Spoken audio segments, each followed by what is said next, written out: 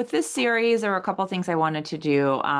In the first book, Blood Sisters, it's set in northeastern Oklahoma, which is where I'm from. And I wanted to create a character who has my background, just because for a couple things, I like writing that way, but also publishing just has a really limited number of seats at the table, and there are not as many Indigenous voices published, and there are more now than there have been, but it's still not a lot. And so I knew that if I was going to take that seat at the table, I wanted to really take one that was mine.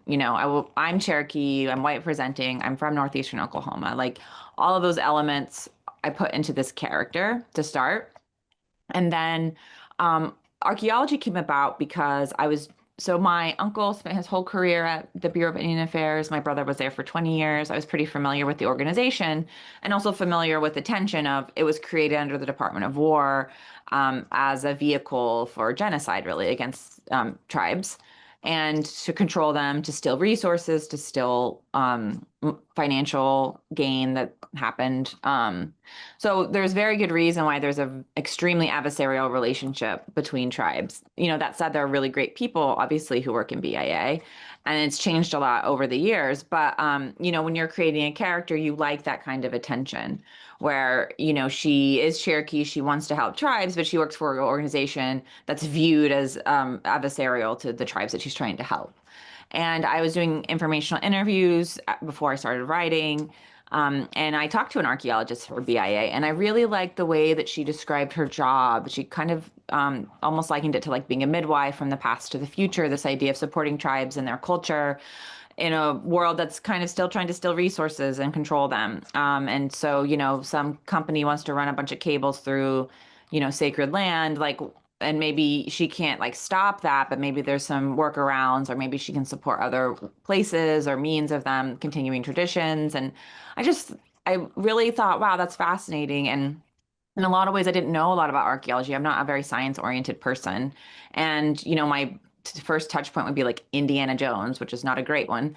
And so as I was like looking into archaeology, there are just so many really relevant issues around um, indigenous graves, funerary objects, artifacts, the national, like NAGPRA, the Grave and Reparations Act, and like whether or not these academic institutions and museums have the right to keep all of these indigenous remains and objects that really are not theirs, nor were given to them in any meaningful way.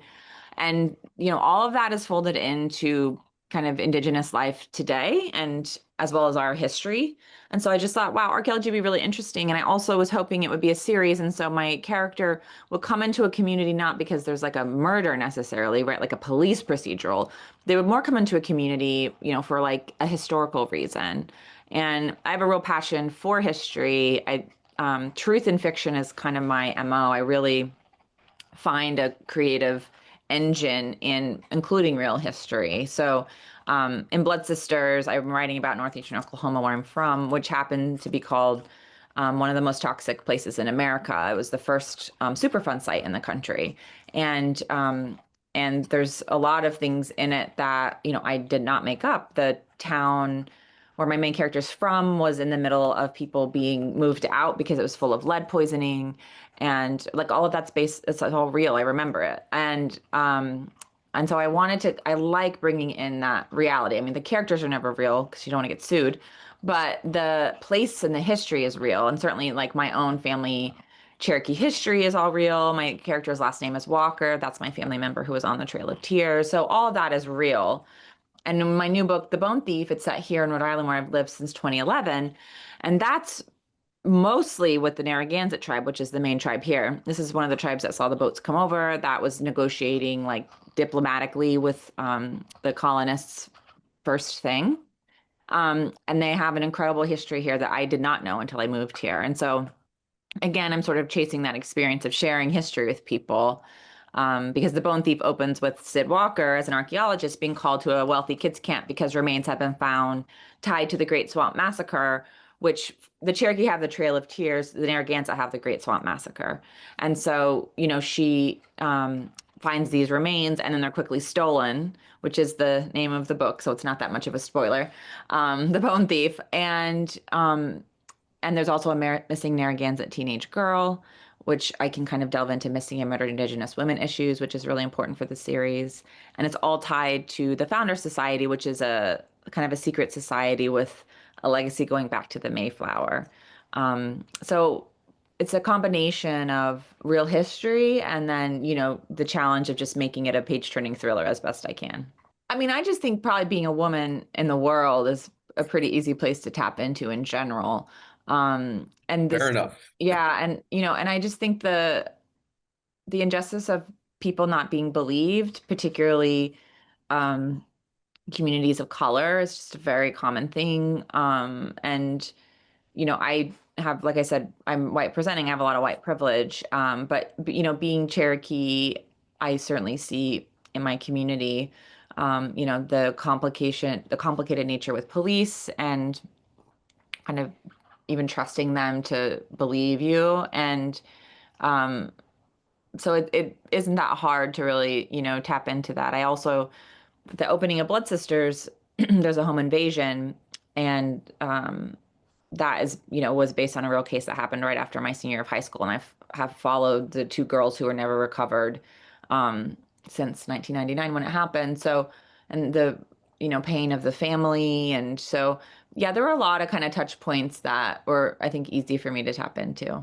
Her best friend, sort of you see it in the opening of Blood Sisters, is killed, Luna, and I it's very it's not only is it, I guess, motivational in her kind of dogged pursuit of justice, but I even created a sort of ghost character as a manifestation of trauma because I wanted to illustrate how it really lives with us, how it never goes away, and it can appear at any moment, almost like, a specter.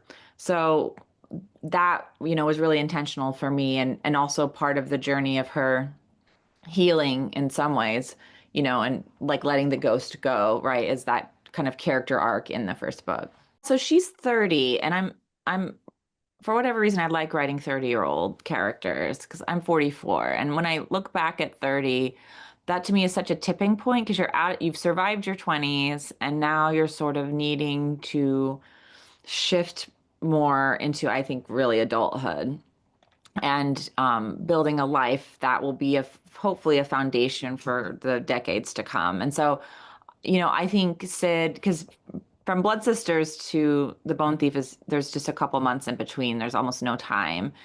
And so for me, her wife is pregnant. She's, in the first one, she's sort of, healing some trauma and stepping up into a role in which I think she'll be ready for motherhood, improving herself a little bit.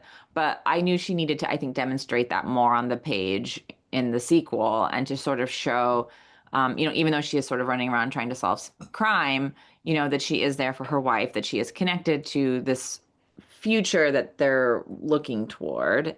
And so I wanted to kind of show that. And then there's also, some healing um, around members of her family and things like that. So I did want to jump into that pretty quickly. And as a character, I like that she's at that tipping point. I think that's interesting to write. It means you're constantly looking for ways for her to maybe make some mistakes and then grow. And then, as she's looking toward the future, you're hoping um, that people are connecting with her. And the heart of Sid is always justice. That terrible thing that happened when she was a girl kind of informed how she wanted justice at any price and any cost. And she's willing to put herself on the line for justice. And that's her kind of code that she lives by, which I think makes a compelling series character. And so as she's growing and developing and trying to be like a soon to be good mother with her wife and things like that, you're also exploring how justice factors into that. It's real history. There's, the Great Swamp Massacre was a real event that happened in Rhode Island. It was colonists attacked unprovoked the Narragansett tribes, what's called a winter fort, but it's really just their winter village. And they, sorry, my dog. And they were attacked unprovoked and murdered women and children and elderly. And the few survived and fled, but mostly they were enslaved or put into indentured servitude. And like I said, that's sort of akin to like the Trail of Tears in some ways, in terms of how hard it was on the tribe. So the Great Swamp Massacre is very important, and there's a lot of people, even in Rhode Island, who've never heard of it. And so I wanted to open with the theft of some remains tied to that. And there are real cases of indigenous remains being stolen here in Rhode Island and, well, really every state, but certainly I base that on real cases. And then, a missing teenage girl, which there are infinite, unfortunately, cases of that. And then as you kind of go a little deeper around the Founders Society, I sort of loosely base that on like, maybe like a Skull and Bones at Yale, like that kind of a secret society. But then there's also this colonialism and like country clubs and this sort of elitism that I wanted to also kind of have like a playground for that. And so those aren't necessarily based on a one-to-one real thing like the history is, as my main character delves into those remains being stolen, she finds that this secret society has other remains and has other objects, that they feel like they have the right to. And that's all, really based on real examples and occurrences. And then there's real history in there that I wanted to share that is always connected to plot points. Like I can't just like info dump history. You always have to find out how it's going to be relevant to the plot. But I did work really hard to make sure that there is plenty of history for people who are interested in learning it. So in the first book, I love Raina, who is Sid's cousin. I think cousins are amazing, and she's kind of her crazy cousin. And I always say, if you don't know who the crazy cousin is, it's probably you. And so I love writing her. In the sequel, it's a little bit of a spoiler, but the friend who she thought was dead in Blood Sisters is not. And so that friend then becomes a part of her life in The Bone Thief, but she's been through a lot of trauma. Her name's Luna. And so I really loved writing Luna because she's given a second chance at life after sort of being captive for 15 years by this terrible man. And thinking about what kind of person she would be, with her own kind of moral code and her incredible ability to survive extraordinary circumstances and protect her family and what's hers, I think just made her a really interesting character to write. I write first person present, so there is a lot of internal. And, I think a lot of it comes from her trying to communicate the conflict she feels, I think, in her job and with the community.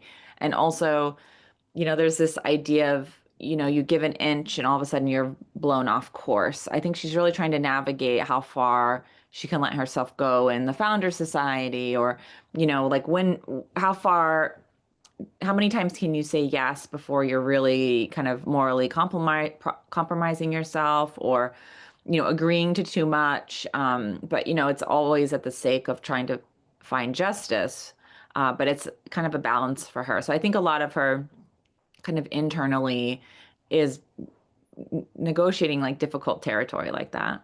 In The Bone Thief, it was much different because the people who are sort of antagonists to Sid, are loosely based on kind of colonialism archetypes that are often very celebrated in our society, rich people, wealthy people, these sort of elite people. And, we're in a society that celebrates capitalism and that kind of a culture.